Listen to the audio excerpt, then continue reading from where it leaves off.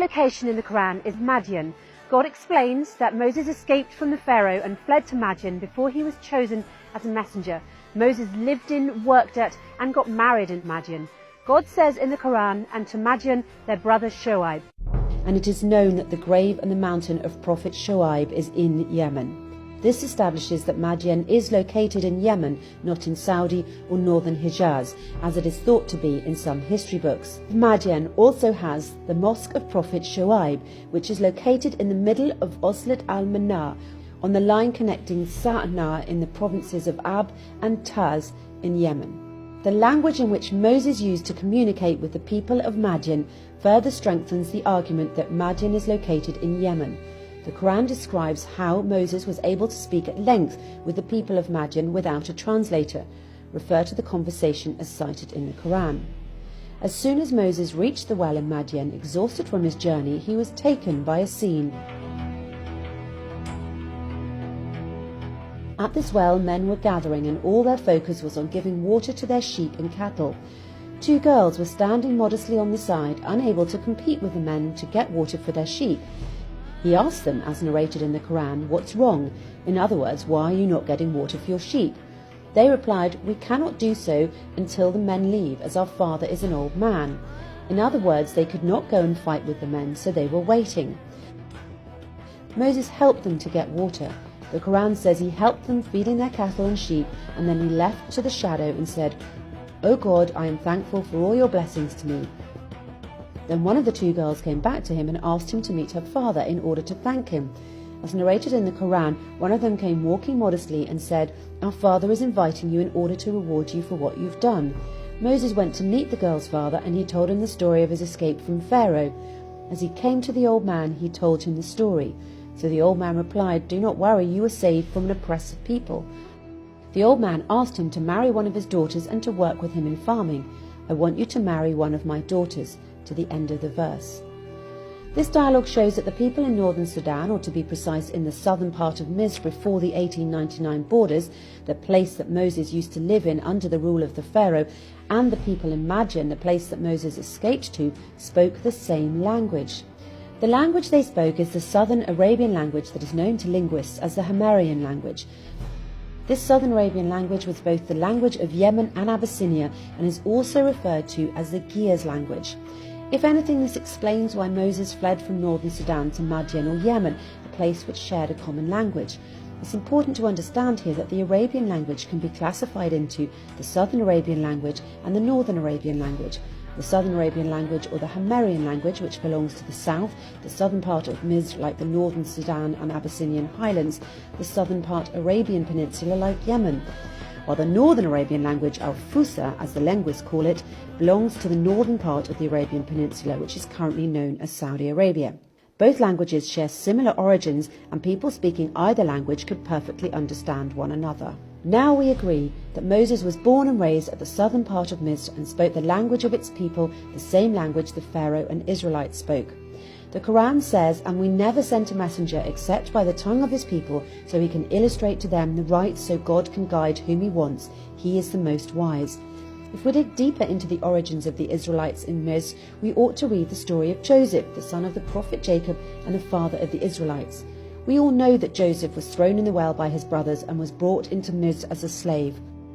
It is clearly stated in the Quran that the man who bought him from Misr paid in the dirham, the currency used by the people in this part of Misr.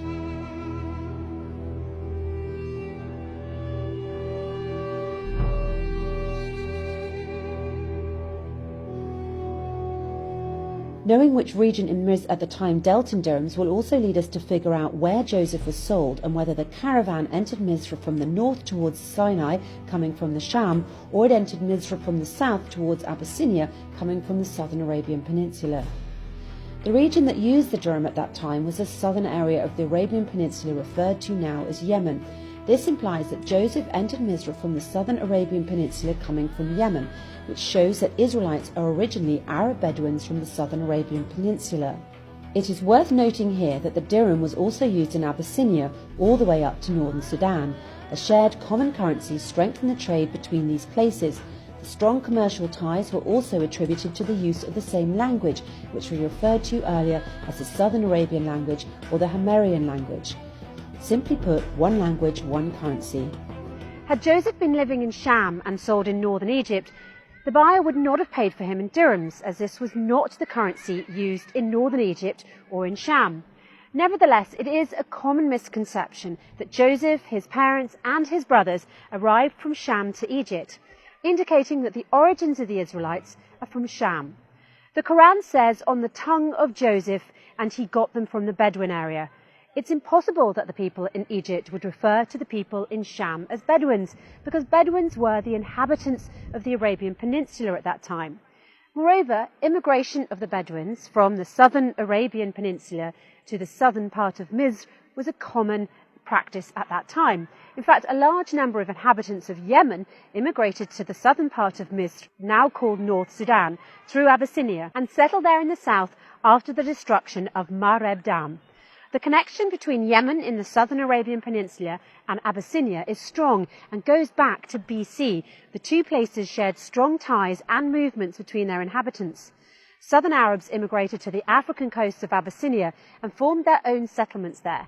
Also, Africans immigrated to the southern Arabian Peninsula and even ruled it several times. This kind of immigration continued until Ptolemies ruled and had control over the Red Sea. Obviously, this two-way immigration led to the unification of languages between the different nations. That's why the Southern Arabian language was the most popular language in both Abyssinia and Yemen. Furthermore, when early Muslims emigrated to Abyssinia, escaping the oppression of Quraysh, they met al-Najashi, the ruler of Abyssinia. The companion Ja'far min Abi Talib read to al-Najashi from Surat Maryam in the presence of the priests, and while al-Najashi was listening to Surat Maryam, he burst into tears and his companions cried as well. A verse was then revealed, and as they hear what has been revealed to the Prophet, you can see their eyes full of tears from what they knew was the truth. The key question here is, how did al-Najashi and the priests understand the language of the Quran when they were speaking Abyssinian while Ja'far was speaking the Northern Arabian language? This proves to you that the language of Abyssinia at that time was the same language being used in the Southern Arabian Peninsula, Yemen, and that the Northern and Southern Arabian languages share the same origins, and that, as mentioned earlier, the people who speak both languages can understand one another. In summary, southern Misr, now northern Sudan, as known in ancient times, shared the same language with the people of Abyssinia and those of the southern Arabian Peninsula, Yemen. This language is the Southern Arabian language.